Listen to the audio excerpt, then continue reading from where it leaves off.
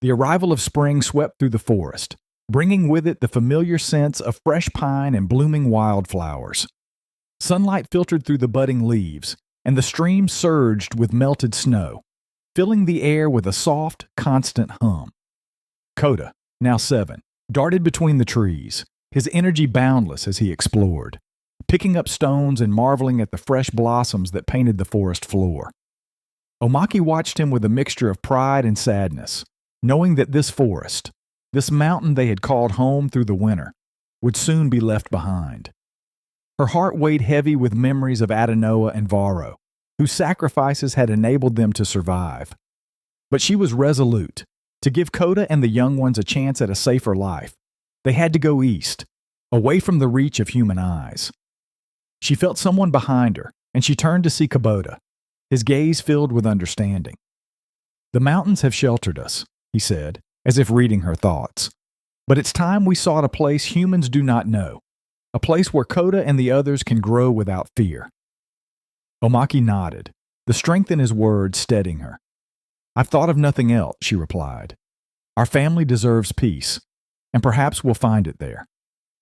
As Koda ran up to them, proudly showing a stone he'd found, Omaki's heart softened. She knelt beside him. "We're going on a journey soon, Koda," she said gently. "Farther than you've ever gone before." Koda's eyes widened with excitement. "Will there be more forests? New animals?" Omaki smiled, placing a hand over his. "Yes, little one. We'll find new places and make them our own." 2 days later, the leaders of the 5 clans gathered in a quiet, secluded grove near Stone Ridge territory. Omaki of the Ho clan arrived with Koda, Asha, Koda, Rayla, and Micah by her side, while the others, led by Jarek of Stone Ridge, Marla of Red Valley, Tyrek of Riverbend, and Laura of Mistwood, took their places in the circle. Each leader's expression was marked by a somber determination. The weight of recent losses lingered like a shadow over them all. The silence that begins the meeting is somber, and each leader seems reluctant to speak first, feeling the weight of responsibility to their clans. Finally, Tyrek steps forward. "We cannot ignore the truth," he begins, his voice steady but filled with tension. "The humans have seen us, hunted us. Adanowa is gone. And Varo." He pauses, visibly struggling with his emotions before continuing. "The humans are dangerous, and they're relentless. If they could track us here, what's to stop them from returning?" Omaki nods slowly, her gaze shifting to meet Tyrek's. "It's true, Tyrek. We've lost so much, and every moment we remain risks more loss." Her voice grows softer. "But there is more to this than just survival. This is our home, the lands our ancestors protected, where our young ones learn to thrive." She looks over to Koda, standing beside her, his young face filled with worry and determination. Leaving means abandoning that. Jorok, who had been listening in silence, speaks up, his voice deep and commanding. "Omaki, I hear you. But as much as I wish it weren't true, Tyrek is right. We've been here for generations, and humans have always known of us, sensed us, even if they hadn't yet seen us. But now, this is different. They've taken one of our own." The clan members shift, nodding to show their agreement. They remember the day Adanowa was taken, his strength drained by human weaponry, his capture witnessed with horror. His absence has left a void that none can ignore. From the edges of the gathering, a voice rises. It's Rayla, a younger member of the Ho clan, her voice edged with anger. "And what's to say that it would be any different anywhere else?" she asks, her tone bold. "We move east or north, maybe even deeper into the mountains. But what happens when the humans come there too? Will we keep running?" Rayla's words hang heavy in the air, and a tone of agreement echoes from some of the younger clan members. They are weary of hiding, weary of abandoning places that feel like home. Omaki turns to her, her expression a mix of sadness and understanding. "You're right, Rayla. There's no promise that moving will give us peace. The humans are expanding their reach, searching in places they never dared to go. But if staying means more lives lost, is it not worth considering? If moving could spare us even for a time, is that not a chance we should take?" Rayla frowns, her fists clenched at her sides. But our strength lies in knowing this land. The caves, the rivers, the trees, they're all a part of us. We leave, and we become strangers, always on the edge of survival. Marla, the Red Valley leader, raises a hand to silence the others, her voice calm, yet filled with the wisdom of experience. Rayla makes a fair point, she says. Our ancestors chose these lands because they offered protection. We are hidden here, and if we move to new lands, we may be vulnerable, unfamiliar with what dangers lie there. Moving could place us at greater risk. Tyrek shakes his head, his expression pained. Greater risk than what, Marla? We've already seen what they can do. If the humans know our ways, there's no telling how long before they track us here again. Each member of the clan's remembering the human machines, the drones, the firearms, and even stranger devices that emit sounds and lights designed to disorient them. Those who were near during the attacks had witnessed firsthand the humans' cruelty, and fear simmers in their eyes as they recall that day.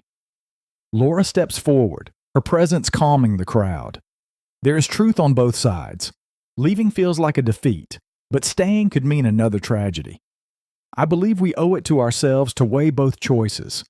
If we stay, we risk another encounter with the humans, but we retain the advantage of knowing the land. If we leave, it must be to a place so remote that even the humans cannot reach us. The conversation grows more intense, with each clan leader contributing their perspective. Jorok, who had initially sided with staying, begins to see the sense in Tyrek's argument. Laura, he says, nodding respectfully, I hear your wisdom. A new territory could offer safety, but where could we find such a place? We would be abandoning our defenses, our familiarity, for an unknown land. He hesitates, clearly torn. But perhaps, there's strength in numbers. If all our clans went together, we might be able to survive in a place no human would dare to go. Omaki watches the leaders, her heart heavy with the realization that the decision might mean dividing the clans. She looks to Koda, Kubota, Asha, and the younger ones watching in silence, their futures uncertain. A fierce resolve fills her, and she addresses the clans. We cannot let fear drive us, she begins, but we must also acknowledge that we're no longer hidden here. We've lost Adanowa, Varo, and others to this struggle. If moving east, deeper into unknown territories, could give us even a few seasons of peace, I believe it's worth trying. Her eyes meet each leader's. I would rather see our young ones grow up free than live in the constant shadow of fear. The silence that follows is thoughtful, the clans absorbing Omaki's words. Some in agreement, and others remain uncertain. But the tension slowly shifts into a sense of resolution. Marla speaks again, her tone more conciliatory. Perhaps those of us who wish to stay can hold this land, guarding it in the event we ever need to return. The others could seek a safer home to the east, one far removed from human paths. Laura nods in agreement. This way, we remain unified even if we are not physically together. Those who go may find a new land for us all, and those who stay may protect the memory of those we've lost. Omaki feels a surge of gratitude for Marla and Laura's willingness to consider both paths. This compromise could mean that her clan, the Ho, might venture east in search of a safer land, while the others maintain their presence in the mountains, ensuring that the legacy of their territory is not entirely lost. Tyrek adds his voice, nodding to Omaki. Then it's decided. We'll part ways for now, some to remain and some to seek a new home. But our bond as clans will not be broken. We will stay in contact and come to one another's aid if ever needed. Jorok steps forward. We will protect this place, Omaki, and if your clan finds a new haven, you will always have our support. The meeting concluded, and the clans gathered to bid farewell to those who would be leaving. The Ho clan, joined by Tyrek's Riverbend and Laura's Mistwood, prepared themselves for the journey. Their hearts heavy yet filled with a quiet resolve. Omaki embraced Jorok, her voice thick with emotion. Thank you for standing by us. I wish you strength and peace in the high places you will call home. He nodded, his gaze filled with respect. And to you, Omaki, may you find the peace you seek in the east, and know that you have friends here always. Marla stepped forward, taking Omaki's hands. You carry the hopes of all of us with you. May your journey be safe, and may we meet again one day. Tyrek, standing with Laura, took a deep breath, his voice firm. We will travel with you, Omaki. Together, we will find new places, a home beyond the reach of the humans. With one last look at the mountains that had sheltered them for so long, Omaki gathered her clan, a mixture of hope and sorrow filling her heart. They had shared so much with these clans, and though their paths diverged, she knew their bond would remain strong. As the sun set, casting a golden light over the forest, the Ho clan, Riverbend, and Mistwood began their journey eastward, each step taking them farther from the familiar and closer to an unknown future. The memories of those they had lost guided them, a constant presence that reminded them of the strength that lay within. The clans moved quietly in the mist, the Olympic Peninsula shrouded in the familiar hush of morning fog. Trees towered over them, their branches stretching skyward like sentries, watching over their departure. Omaki, standing with Koda by her side, took one last, solemn look at the landscape that had been their home for generations. The young ones, like Koda, wore expressions mixed with excitement and worry. For them, the forest was as familiar as the faces of their family. Leaving it felt like losing a part of themselves. Omaki, who carried the weight of their ancestors' legacy, turned to her people, her face resolute. We go forward to find a new place, a place beyond the reach of humans. But no matter where we go, the spirit of these forests will be with us. With these words, the clans moved eastward, leaving behind the coastal pines, cold beaches, and memories of those they had lost. Kubota and Tyrek led the way, with Laura and her Mistwood clan walking close behind. The terrain was dense, the trees growing thicker as they climbed toward the Cascade Range. Each step away from the coast felt like leaving behind pieces of themselves, but necessity drove them onward. By the time they reached the foothills of the Cascades, exhaustion was beginning to weigh on the clans. The rugged terrain forced them to move slowly, climbing through steep inclines and navigating narrow paths surrounded by thorny underbrush. With every movement, they took care to avoid leaving tracks, erasing footprints in soft mud and brushing away bent foliage. Staying hidden required constant vigilance, especially in the presence of human trails and logging roads that cut through the woods like veins. Omaki's sharp eyes scanned the surroundings, noting every movement. A rustle to her left turned out to be a family of deer, but she kept her guard up. The Cascades were alive with creatures more dangerous than deer. Wolves, mountain lions, and bears were known to patrol the area, and even the scent of a Sasquatch clan could provoke these predators. One night, as they set up a temporary camp near a freshwater stream, Kubota heard distant howls echoing through the trees. Wolves. He motioned to Tyrek and Omaki, signaling the need for silence. The wolves' howls grew closer, but the clans remained hidden, camouflaged in the thick underbrush. Hours passed before the wolves moved on, their calls fading into the distance. Omaki listened to the stillness return, grateful they hadn't been discovered. The clans faced hunger too.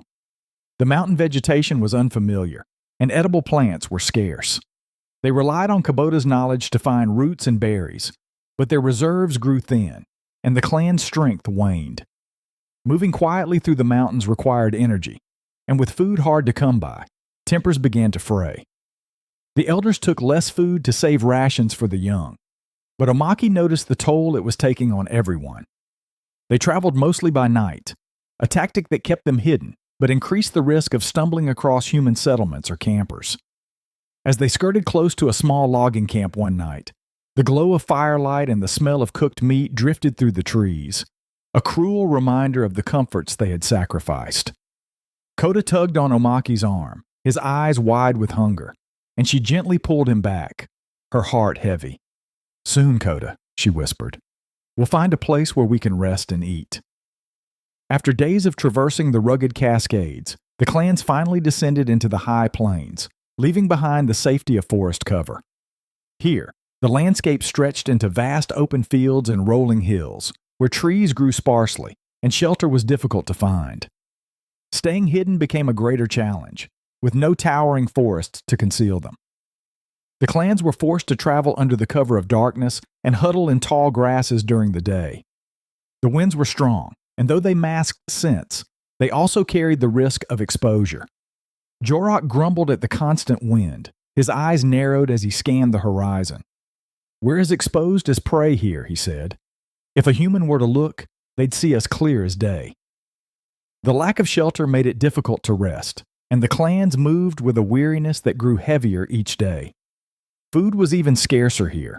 They relied on finding small game, such as rabbits or prairie dogs, which they hunted carefully, ensuring not to leave behind any blood or remnants that could attract predators, or worse, humans. One night, as they crossed a field, they heard the roar of an approaching vehicle, a truck, its headlights slicing through the darkness. Omaki motioned for silence, and the clans dropped to the ground, remaining still as the truck rumbled past.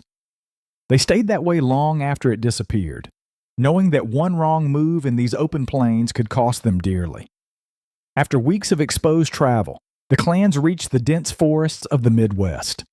Here, the trees stood tall and close, offering a sanctuary of sorts, but with new challenges. The region was filled with human recreation areas, from campsites to hiking trails, and the clans had to navigate cautiously. The smell of campfire smoke and the faint sounds of voices frequently reminded them of the humans who ventured into these woods. One evening, as the clans passed through a thickly wooded area, they encountered a small group of campers. The humans were laughing and unaware of the silent figures watching from the shadows. But a crackling sound, a branch breaking underfoot, alerted one of the humans, who froze and glanced around, flashlight in hand. "Did you hear that?" the human whispered, scanning the darkness. Omaki held her breath, motioning for everyone to stay perfectly still. The humans shone their light through the trees, pausing near where Koda crouched behind a log, barely concealed. After what felt like an eternity, the human shrugged and returned to their campfire, unaware of the eyes watching them. The clans moved swiftly, putting as much distance as possible between themselves and the campsite. But this incident served as a reminder that the wilderness, though familiar, was never completely safe from human presence. After months of travel, the clans reached the rugged terrain of the Appalachian Mountains. Although the thick forests and valleys provided more shelter, they encountered new dangers. The Appalachian trails were popular with hunters and hikers, and it was not uncommon to see drones or hear the distant crack of gunshots. They carefully avoided marked trails, moving through ravines and shadowed forests, relying on Koda and Tyrek's knowledge of survival tactics to stay hidden. The mountains, however, were challenging. Steep inclines and rocky ground made the journey physically taxing, and the clan members grew weaker with each passing day. One night, as they navigated a narrow cliffside path, a drone buzzed overhead, its bright light sweeping the area. Omaki ordered everyone to freeze, crouching low among the rocks. The drone passed, but their fear lingered. They were close to their destination, but the danger had only intensified. Finally, they began to see changes in the landscape. The forest canopy thickened, and the ground softened underfoot as they neared North Carolina. The mist-laden mountains, reminiscent of their homeland, gave them hope. The clans shared quiet conversations about rebuilding, of resting, of finding a place where they might live without constant fear. As they approached what would become their new sanctuary, a feeling of unity filled them. They had faced hunger, exhaustion, and the unrelenting presence of humans. They had traveled far, but they had endured together. Omaki looked around at her people, Tyrek, Koda, Laura, and the young ones, including Koda. They had lost much, but had gained resilience. And as they stepped into their new land, they felt the weight of their journey lift, replaced by the hope of a fresh start, a place where they could live in peace and honor the memory of those who had sacrificed to protect them. As they began to explore the area, they found a series of caves carved into the hillsides, tucked behind dense thickets and surrounded by tall pines and ancient oaks. The caves were cool and deep, and large enough to provide shelter for all three clans. There were even smaller side caverns, perfect for storage or quiet spaces where clan members could retreat. For Omaki and the other leaders, this network of caves was a discovery that seemed almost too perfect. like an answer to the quiet prayers they had sent into the wind during their journey. The nearby forest offered more than just shelter. Rivers crisscrossed through the valleys, clear and cold, their waters rich with fish and the banks covered in edible plants. There were signs of deer, wild turkeys, and smaller game, the kind that could sustain the clans through the seasons if they hunted carefully and respectfully. The towering trees of this land were a familiar sight, and the mossy ground, dense undergrowth, and fragrant pine needles brought a feeling of comfort to the weary travelers. Omaki watched as the younger members of the clans, Koda included, marveled at the forest, their earlier exhaustion melting away. The elders seemed relieved as well, their shoulders relaxing as they touched the trees and breathed the fresh mountain air. It was as if they had found a new sanctuary. But as they explored, they soon realized that this land, while secluded, was not as isolated as they had hoped. While surveying the land's boundaries, Koda and Tyrek came upon an unexpected discovery. A narrow dirt road, rutted from years of wear, winding along the edge of their territory. They followed it cautiously until they spotted a few cabins nestled between the trees, smoke wafting from the chimneys and lights flickering through the windows. These homes were distant enough that the humans hadn't noticed the clan's arrival, but close enough to raise concern. When Koda reported back, a wave of unease spread through the clans. They had traveled for months, through dangerous terrain and near starvation, seeking a place free from the threat of human presence. The sight of those remote homes so close to what they had hoped would be their sanctuary felt like a broken promise to some. "It's no different than where we came from," one of the younger members of the Riverbend clan exclaimed, frustration and exhaustion coloring his voice. "We've spent our lives hiding from humans, and now, after all this, we're back where we started." Others spoke in agreement, their discontent simmering. Even Laura, leader of the Mistwood clan, expressed her concern. The memory of Adanowa's capture and Varo's death was still raw, and fear of another attack lingered in everyone's hearts. "Perhaps we went the wrong way," said another clan member. "Maybe we should have kept going, searched for somewhere truly wild." But Omaki, Koda, and Asha remained calm. Omaki watched the growing tension among her people, then glanced at Koda and gave him a nod. It was time for them to remember why they had come here and what they were searching for. Koda stepped forward, his gaze steady and thoughtful as he looked around at his family, his clan. His voice was deep and calm as he began to speak. "Yes, there are humans nearby. I saw the cabins myself. But these people, they are not like those who hunt us in the forests or capture us with drones and weapons." He paused, letting his words sink in. "These are humans who live quietly, far from the noise and chaos of the cities. They are not here to search for us. They are here because they, too, have chosen a life away from others." The clans listened, some crossing their arms in a gesture of discontent, others nodding as they processed his words. Koda continued, his voice carrying both strength and understanding. "We have always lived alongside humans. On the Olympic Peninsula, we shared the land, and we did so by staying hidden, by watching from afar. Not all humans are like the ones who came with weapons and machines. Many do not even know we exist." "But can we trust them?" someone asked from the back of the gathering. "How do we know they won't come looking for us once they see signs of our presence?" Koda gave a slight nod, acknowledging the fear in their question. "We don't know for sure, but we do know that humans come in many kinds. And I believe we owe it to ourselves, after all we've sacrificed, to give this place a chance." Omaki could see that Koda's words were calming the group, but not completely. The uncertainty was too fresh, and the scars of their recent losses ran too deep. Asha, wise and thoughtful, stepped forward next. She had always been a quiet presence in the Ho clan, known for her insight and understanding of the old ways, and the clan members listened attentively as she began to speak. "In all my years, I have learned that balance comes from understanding, not from fear.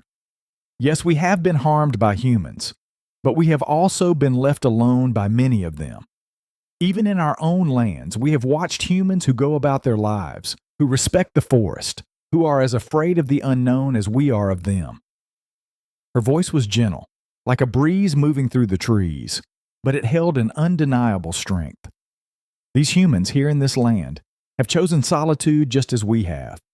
It may be that they want to be left alone as much as we do. The clan shifted, considering her words. Asha's perspective carried a weight of experience, and her wisdom had guided the Ho clan through many challenges. Are we to fear all humans for the actions of some? Asha asked quietly. Or can we learn to live with them, as we always have? Keeping ourselves safe? Yes, but not living in fear of them. Her words struck a chord, and the tension in the air began to soften. The clans were beginning to see that not all humans posed a threat. But still, the hesitation lingered. Omaki took a deep breath, stepping forward to address the clans. Her gaze was steady as she looked out at the faces of those she loved, those she had led on this difficult journey. Long ago, before our clans were divided by these mountains, our people lived in harmony with the native tribes who respected the forest. My ancestors taught me stories of how they would watch the Native American tribes from a distance, learning their ways, understanding their respect for the land. She continued, her voice growing warmer as she remembered the stories passed down from her own elders. The humans who lived in those times were not so different from us. They honored the same land and took only what they needed. Our ancestors shared an unspoken understanding with them.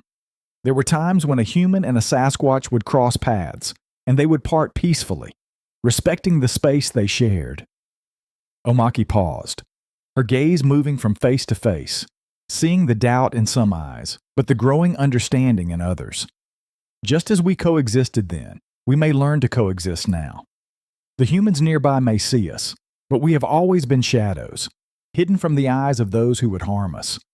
We can be cautious, yes, but let us not forget the wisdom of our ancestors. The story struck a deep chord, and Omaki could see that the younger members of the clans, those who had grown up knowing only the fear of humans, were starting to soften. Koda looked up at her, his young eyes filled with a mixture of hope and curiosity. So, we don't have to be afraid, he asked. Omaki knelt beside him. No, Koda, we don't have to be afraid. But we must be wise. We will watch these humans, and if they show us respect, we will leave them in peace. After a long discussion, the clan slowly began to reach a consensus. The leaders of the Riverbend and Mistwood clans spoke with Omaki, Koda, and Asha, sharing their thoughts and weighing the risks and benefits. They knew they had found a place rich with resources, a land that could sustain them, but it would take understanding and patience. We will stay, Tyrek finally said, his voice strong and resolved. But we will remain vigilant. This land holds promise, and we must protect it. If the humans show signs of intrusion, we will act as needed, but until then, we will give them the benefit of the doubt. Laura from Mistwood nodded in agreement. We cannot keep running. If this is to be our home, then we must defend it and trust ourselves to find a way to live here. The decision was made. The clans would establish their new sanctuary, using the caves as their base, and spreading out through the surrounding forest.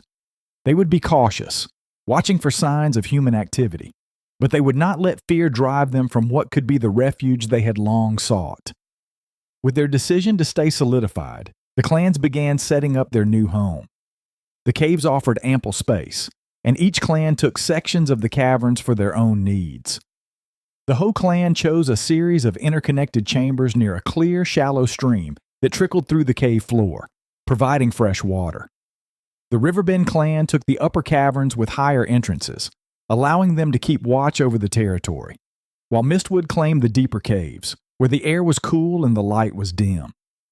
As the clans settled in, they felt a renewed sense of purpose. The forest was alive with sounds, birds singing, leaves rustling in the wind, and the occasional rustle of deer moving through the undergrowth. It was a comforting reminder of the wilderness they had fought so hard to reach. Omaki and Koda set about teaching the younger ones how to remain hidden, using shadows and natural cover to avoid being seen. Asha taught them to recognize the tracks of humans, distinguishing them from the natural trails created by animals, so they could sense intrusions long before they became a danger. In the evenings, as the clans gathered to share stories, Omaki could see that their spirits were lifting. They were beginning to feel like a community again, like the Sasquatch of old who had coexisted with the land and its inhabitants. She knew that the future held uncertainties, but for the first time since they had left the Olympic Peninsula, she felt a spark of hope. The clans remained cautious, keeping a low profile and observing the distant cabins from afar. True to Koda and Asha's predictions, the humans seemed to lead quiet lives, coming and going without venturing too deeply into the woods.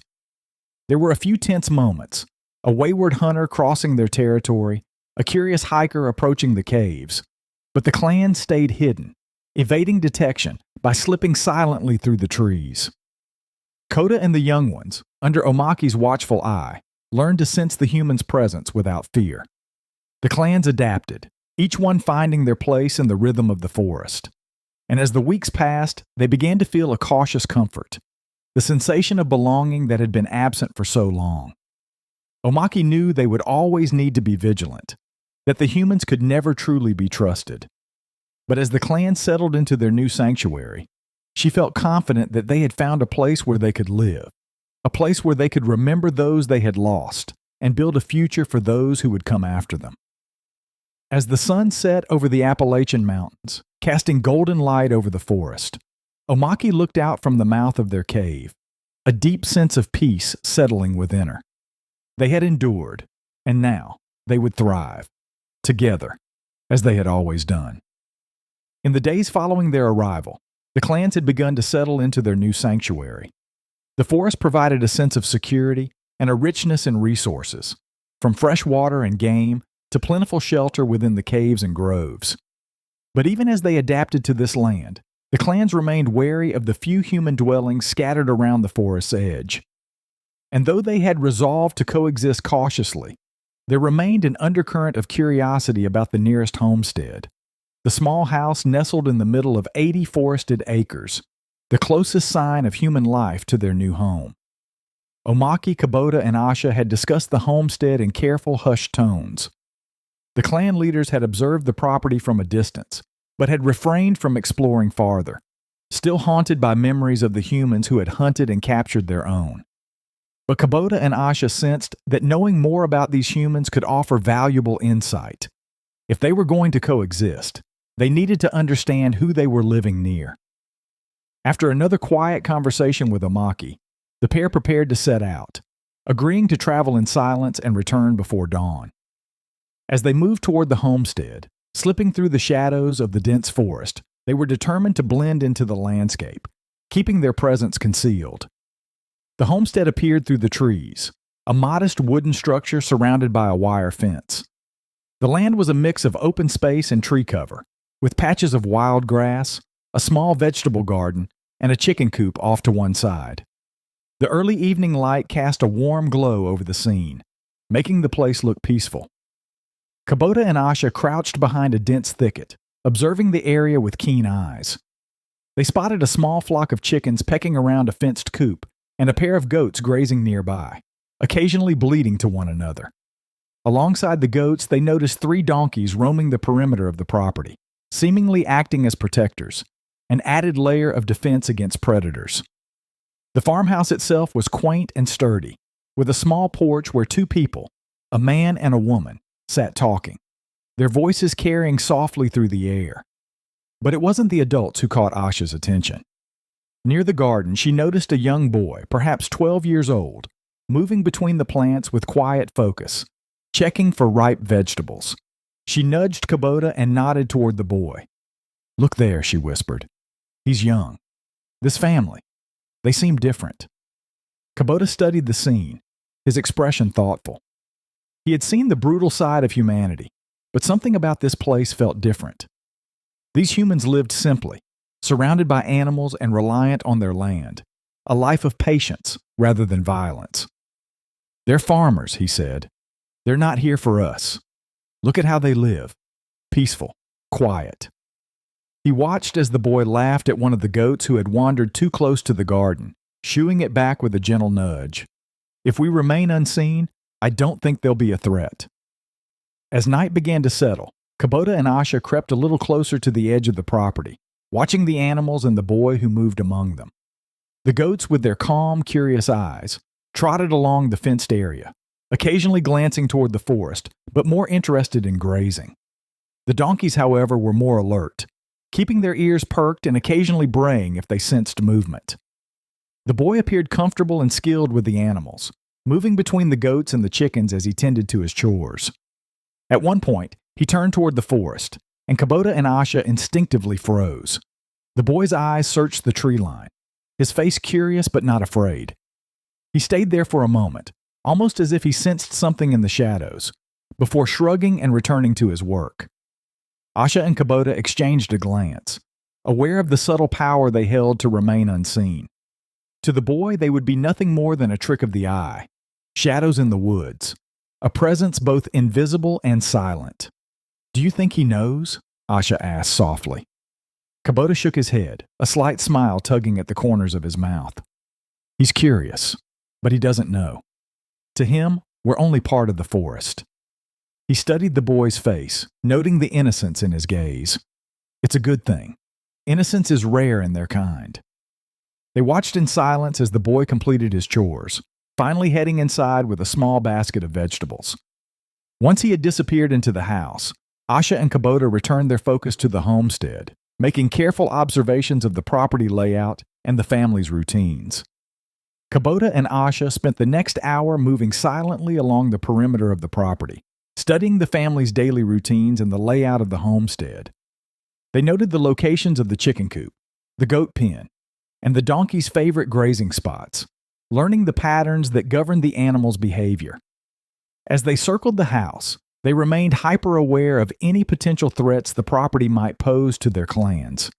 The homestead seemed relatively unprotected by human standards. There were no lights that suggested security cameras, no guard dogs, and little to indicate that the humans feared intrusion.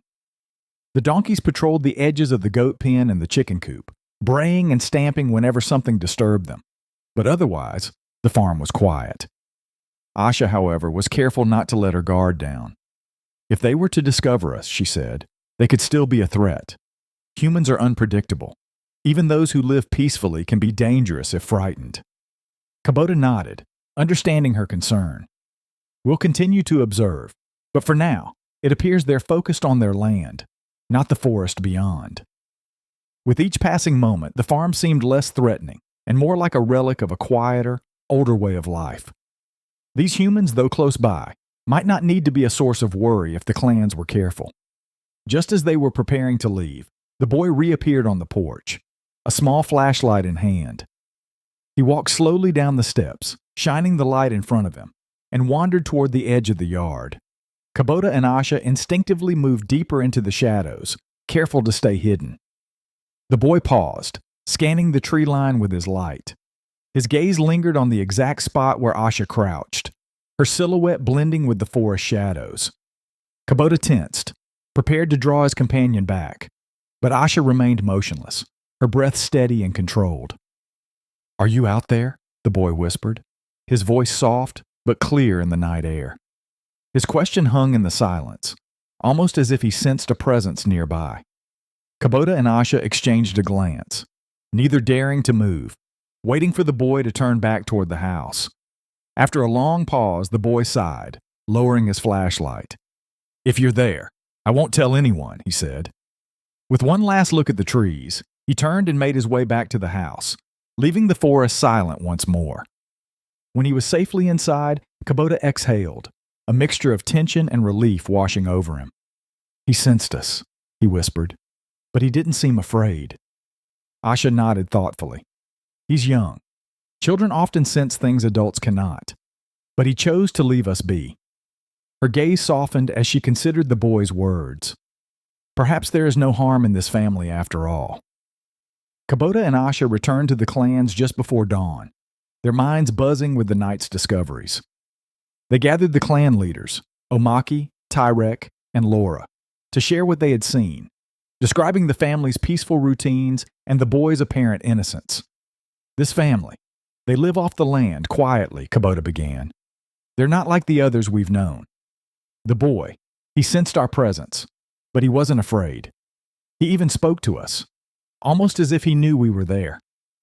Omaki listened carefully, her expression thoughtful. Then he has the awareness that only a few humans possess, she said. Some of them, the ones with open minds, can sense us without needing to see. But if he is unafraid, that speaks to their nature. Tyrek, however, was more cautious. That may be true, but what if they do see us? What if curiosity or fear drives them to seek us out? We can't let our guard down.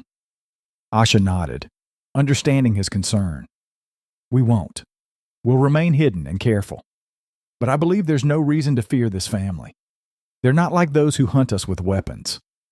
Laura leaned forward, her voice quiet but certain.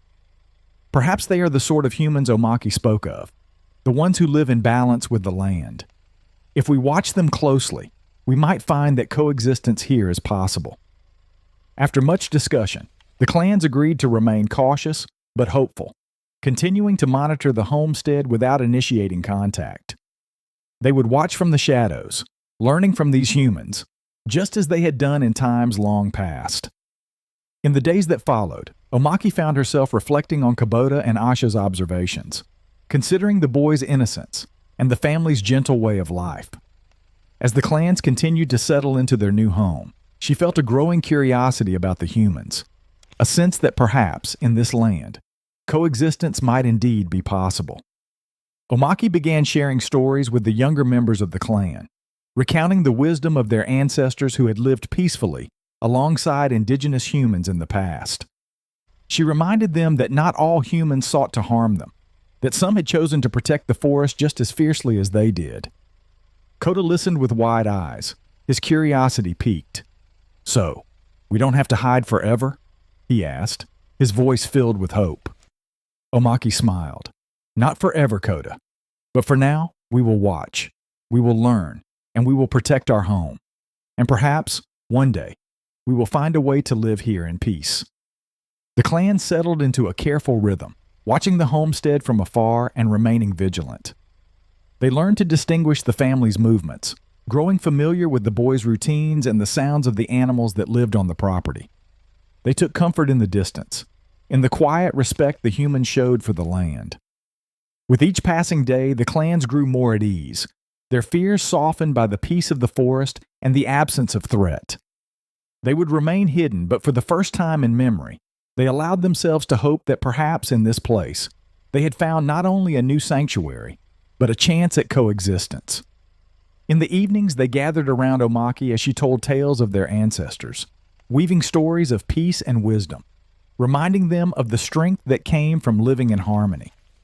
And as the forest settled into night, they listened to the quiet hum of the homestead nearby, a reminder of the humans who shared their land and of the possibilities that lay ahead.